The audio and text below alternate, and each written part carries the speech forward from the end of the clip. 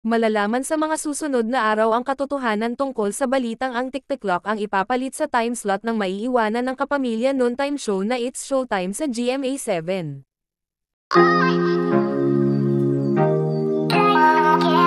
Totoo nga ang mga haka-haka tungkol sa It's Showtime, kung saan ay tuluyan na itong mawawala sa GMA7.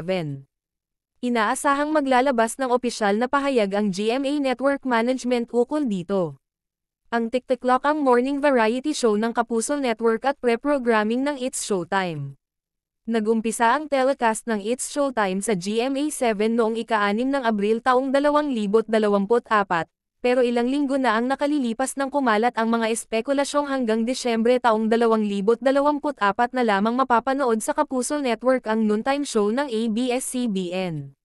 Lalong tumindi ang mga haka-hakang malapit nang magpaalam sa GMA7 ang It's Showtime dahil sa balitang pinaplano na ang mga bagong game segment para sa TikTok, na original concept at station produced. May impormasyon ding matutunghayan ang TikTok, simula sa Enero taong 2025, sa time slot na inukupa ngayon ng It's Showtime.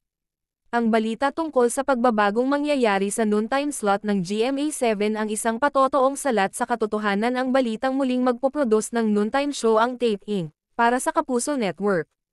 Ang Tape, ang producer ng longest-running noontime variety show na Itbulaga, na lumipat sa TV5 at nang tawhan ng pinakamasaya na short-lived dahil sa usaping may kinalaman sa pananalapi. Hindi maiiwasang malungkot ng mga taga-subaybay ng It's Showtime kapag napatunayang hanggang Disyembre taong 2024 na lamang mapapanood sa GMA7 ang programa na kanilang sinusuportahan. At kung sakali man, hindi dapat malumbay ng tuluyan ang mga sumusuporta sa It's Showtime dahil umeere pa rin sa A to Z, Kapamilya Channel, at All TV ang paboritong programa nila.